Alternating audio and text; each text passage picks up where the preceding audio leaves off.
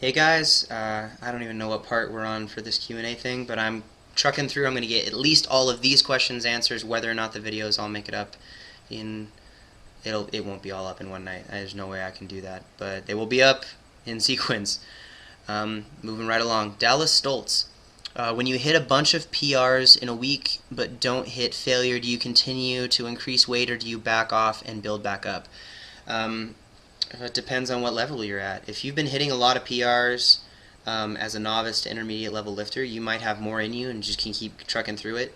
Um, Nowadays, when I hit a whole bunch of PRs in one week, it usually means that I'm about as high as I'm going to get for that particular training block, and I need to back off, or else I'm going to end up overshooting and hurting myself. You just have to learn to gauge where you're at in your own progression and where you're at in your own development with your lifts and your body. Um, I would say generally if you're hitting a lot of PRs, I would rather stick with the long haul, back off a little bit and build up and then build on those and be patient with it instead of just trying to reach too far because you can always add more weight, you can always go more. As soon as you add too much and drop over to the part where you hurt yourself or can't recover from it, then you have to build back up even farther and you're even more behind schedule. What kind of meet PRs would you like to hit within the next 5 years? Oh my gosh. Um, I have so many things that I would love to do. I've been staring at an 800-pound deadlift for years and years and years, and I just have no idea when that's going to come. I'm just going to keep progressing. I'm trying really hard not to overshoot where I'm going to be there because I feel like then if you hit it, where do you go? You can't limit yourself. I just want to be stronger tomorrow than I am today, and at my next meet than I was at my last meet. That's always what the progression is.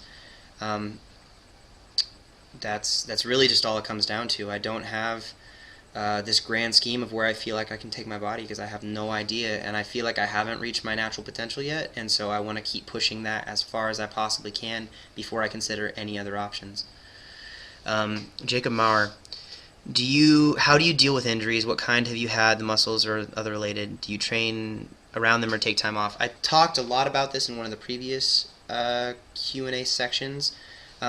Basically, the biggest thing for me, figure out exactly what is wrong, and then um, work to fix that problem. You can't really progress if you ignore it, and so that needs to be your priority is fixing whatever's wrong. And if you can work around it without negatively affecting that process, then you can work around it. But if working around it is still holding back the recovery, that needs to be your priority because when you're better, then you can push harder and you can go farther.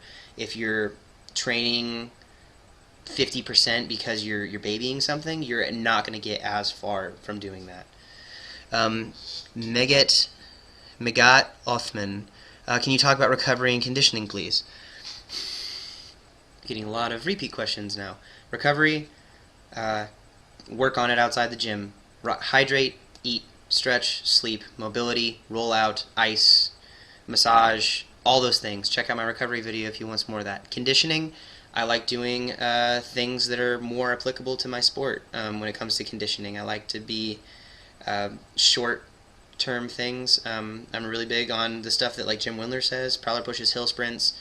If you're going to be doing like traditional conditioning like that, low steady state cardio, low impact steady state cardio is not really something that I feel is very applicable to a powerlifter. As far as conditioning for your sport, you can do it to live longer and be healthier, but I think that short, intense bursts of energy are more similar to the sport that I'm training, and so that's how I would condition myself to better perform in that sport.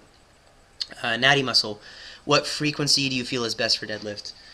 With any lift, I feel like the more frequency you have, the more practice you get with the lift, as long as you adequately balance your volume, your loading, and your intensity of those things. Frequency, for me, is always a benefit. Whenever I can afford to deadlift or squat or bench more often, I like to add that in because I get more chances to practice the lift. And over time, I know guys who I really respect and admire, like Mike T and even Dan Green. You do the lifts often. You train them, and you get better at doing those lifts, and from that you will have more of a positive response than if you break them apart and kill everything and have to wait an entire week to build back up. I just feel like it's more effective for people like myself. There's other people like the Lillibridges who will squat every 2 weeks and deadlift every 2 weeks, and it works for them. That does not work for me, and it would not. So, next question. Hi, Ben. Oh, this is a long one. Matthias Bergstrom Anderson. I had my first meet in 9 weeks 3 months ago. I had lower back pain for 2 years, so I joined the power. Okay, let me try to see if I can summarize this. Barely used. It sounds like you are asking a question about coming back from an injury from some lower back pain. You know what, Matthias? Let me message you an answer to that, because that's a little too specific for what I'm trying to do right here, and I'll try to help you out a little bit in a message. So look for that. Sorry about that, guys. Billy Mead, Shaco 29 review. Honest truth, I've never done it. I jumped right into the CMS when I started doing the Shaco programs, and that was the one that I liked the most. I liked the 4-day. I've never done a 3-day-a-week Shaco program, so I can't honestly review it. I will say that when you're training the lifts more frequently and with more volume, I feel like you get better, but I can't tell you I've run it before, so I don't know. Daniel Lanny, you said in one of your videos that for squats and bench you feel frequency rather than loading is key for you. Can you say anything similar about the deadlift? See the question I answered earlier, because it pretty much talks about that. Matt Obadiah, can you give me tips for tight hip flexors? Yes, stretch them, roll them out, drink more water, work on your mobility. That's the thing. It doesn't come fast. It's something that you just have to work on constantly. If you can afford it, roll out and stretch your hip flexors for 30 minutes every night. And if you say I can't do that, find time throughout the day. Anybody's got at least 30 minutes somewhere in their day where they can work on something if it really matters to them. And so check out my recovery video. I had a couple of hip mobility things that I worked on there. Check out Kelly Starrett. He knows a lot more about mobility than I do, and that's like his whole thing. So I would check that out if you really want to get better at it. Tachu Kwau and Anachibi. I can't. I'm sorry, guys. These names. I've got a simple name. My name is 3 letters, and that's okay. What do you think about the John Bros method in regards for squats? I think that the people who come from the average bros gym are incredibly strong and incredibly gifted. Like I said earlier, I think frequency really builds a squat, volume really builds a squat. I am not sure what doing, I think you couldn't do it with a deadlift. I think that working up to some sort of a max every day for a squat is a lot more they do high bar squatting too, which is a difference, because the loading is different, and you can handle that because it's a lot more of a dynamic movement and a lot less of a maximum strength movement. And so I feel like you could make that work a lot more for what they're doing. I feel like for a powerlifting, like a low bar squat, or if you're doing a deadlift every single day for a max, I think that you'd burn out pretty quick. Just the CNS pressure would be a lot of you. Also, I do want to apologize if I insulted you for not being able to say your name. That's just because I'm incapable of doing it, not because of anything that has to do with you. Casper Christian Rasmussen. What were your biggest obstacles during your lifting career, and how did you deal with them? How did it change your mindset? When I was diagnosed with my spinal disorder a couple of years ago, that was really tough for me.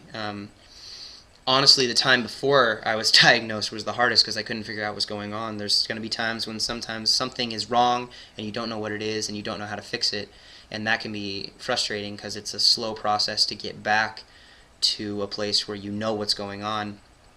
And it taught me patience. That is the point where I learned truly that absolute unfaltering patience and understanding that this is what you want to do was really the biggest thing for me. And so I would say that's what the biggest thing for me was, and it really did alter my ability to look at the world in a much longer term way, and a lot less about instant gratification.